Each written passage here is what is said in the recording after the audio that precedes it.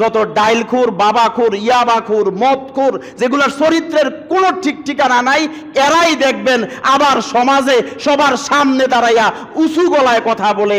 আমরা বলি তোমার মতো বেহায়ার দ্বারাই মানুষের সামনে এসে কথা বলা সম্ভব?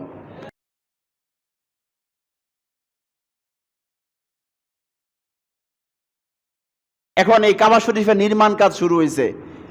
শুরু হওয়ার পরে এরকম রসুলের বয়সী ছেলেরা যারা ছিল সবাই এরকম পাথর আনে। আল্লাহর নবীও কাবা শরীফের নির্মাণের জন্য পাথর বহন করে করে আনে। এখন এই গায়ের মধ্যে পাথর বহন করতে করতে আল্লাহ রসুলের এখানে দাগ পড়ে যাচ্ছে, ছোট মানুষ দাগ পড়ে যাচ্ছে। ওনার চাচা আবু তালেব বললে, ভাতিজা তোমার তো ফিন্দনে একটা লুঙ্গি, একটা কাজ করো, লুঙ্গিটা খুইলা, সবাই তো মোটামুটি তোমার সমবয়সী উলঙ্গ হয়েই চলাফেরা করে, এরা পাথর আনে, তুমি একটা কাজ করো, তোমার এই গায়ের পরনে লুঙ্গিটা খুইলা এইখানে রাইখা পাথর আনো। রসুলকে শুধু বলছে এই কথাটা, আল্লাহ রাসূল সাথে সাথে বেহুশ হয়ে জমিনে পড়ে গেছে। বলে বেহুশ হওয়ার কারণ কি? আল্লাহ রাসূলের লজ্জা এত বেশি ছিল, উলঙ্গ হবে এতগুলো মানুষের সামনে এই কথাটা সাসা বলছে, শোনার সাথে সাথেই বেহুশ হয়ে জমিনের মধ্যে পড়ে গেছে। পরবর্তীতে নবুয়ত পাওয়ার পরে রসুলুল্লাহর হাদিস, আল ঈমানু বিদউ ওয়া সাবউনা শুবা ফাআফদালুহা কাউলু লা ইলাহা ইল্লাল্লাহ ওয়া আদনাহা ইমাতাতুল আযা আনিত তরিক ওয়াল হায়াউ শুবাতুম মিনাল ঈমান। রসুল বলেন ঈমানের 70টা শাখা প্রশাখা রয়েছে, তার ভিতরে সবচেয়ে উঁচু শাখা, তার নাম হচ্ছে এই সাক্ষ্য দেওয়া আল্লাহ ছাড়া কোনো ইলাহ নাই, এই সাক্ষ্য দেওয়া। আর সর্বনিম্ন স্তর রাস্তা থেকে কষ্টদায়ক বস্তু দূরীভূত করে দেয়া, সর্বনিম্ন স্তর। এবার দুইটা অংশ বলে এবার রসুল বলতেছেন ওই 70টা শাখার ভিতরে উপরেরটাও বলছে, নিচেরটাও বলছে, আর একটা শাখার কথা রসুল বলছে, অল হায়া ও শুবাতুম মিনাল ঈমান। আর লজ্জা হলো ঈমানের একটা অংশ। কিসের অংশ? লজ্জা কিসের অংশ? শরম আসেনি আমরার ভিতরে? বুঝেন নাই? আসেনি শরম? খালি ল্যাংড়াওয়ানের নাম বেশরম হওয়া না, শরম বহুত কাজের মধ্যে আছে। বুঝেন নাই কথা?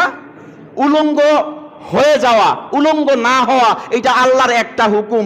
এরকম আল্লাহর যতগুলো হুকুম আছে ওই হুকুমগুলো লঙ্ঘন করতে গেলে যাদের ভিতরে লজ্জা সৃষ্টি হয়, আল্লাহর নেয়ামত খেয়ে আল্লাহর হুকুম কিভাবে লঙ্ঘন করি, এই লজ্জা যার ভিতরে আছে সে ঈমানদার। যার ভিতরে লজ্জা নাই তার ঈমান নাই। রাসূল বলছেন আল হায়াউ মিনাল ঈমান, লজ্জাই ঈমান। আরেক হাদিসে বলছে আল হায়াউ মিনাল ঈমান, বলছে লজ্জাই ঈমান। যার লজ্জা নাই তার কি নাই? এই নির্লজ্জ বেহায়াগুলার ঈমান নাই, ঈমান নাই। আমরা তো মনে করছি শুধু বোধহয় একদম ফিন্দনেরটা খুল্লাওয়ানের নাম উলঙ্গ হওয়া, এই কথা বারবার বলি, তারপর রাস্তাঘাটে উলঙ্গ মানুষের অভাব নাই। আর রাসূল তো বলছে কিয়ামতের আগে একটা সময় আসবে, নিসাউন কাসিয়াতুন আরিয়াতুন মাইলাতুন মুমিলাতুন, এরকম অনেকগুলো কোয়ালিটি বলছে যে পোশাক পরিহিত উলঙ্গ নারীর বিস্তার ঘটবে। এমন একটা সময় আসবে পোশাক পরবে, ফিট দেখা যাবে, ফ্যাট দেখা যাবে, পোশাকের পরেও শরীরের উঁচু নিচু অঙ্গ বোঝা যাবে, কিন্তু পোশাক পরবে। রসুল বলছেন এগুলো উলঙ্গ। আচ্ছা বলেন তো, লজ্জা থাকলে কোনো ইমানদার মহিলার লজ্জা থাকলে এই ধরনের কোনো পোশাক পরে মানুষের সামনে আসতে পারে? তাহলে মূলে আসতে হবে। তারা আপনি কি ওয়াজ করবেন? তারা আগে ইমানের ওয়াজ করা দরকার, তারা আবার কলমা পড়াইয়া মুসলমান বানান দরকার। ইমানে তো নাই, ইমান নাই, এই জন্য লজ্জা নাই। যার ইমান আছে তার কি আছে? লজ্জা আছে, হায়া আছে।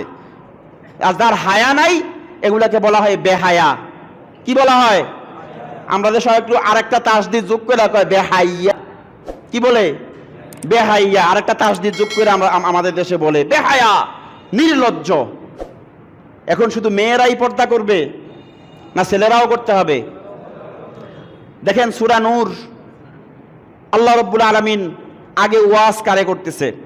আগে ওয়াজ করতেছে ছেলেদেরকে। কুল্লিল মুমিনিনা ইয়াগুদ্দু মিন আবসারিহিম ওয়া ইয়াহফাজু ফুরুজাহুম। হে নবী আপনি বলে দেন মুমিন পুরুষদেরকে তারা যেন তাদের চক্ষুকে নিম্নগামী করে এবং তাদের লজ্জাস্থানকে তারা হেফাজত করে। সুবহানাল্লাহ। তাহলে আল্লাহর হুকুম আগে মহিলার উপরে না আগে পুরুষের উপরে? আগে পুরুষের উপরে ওয়াজ।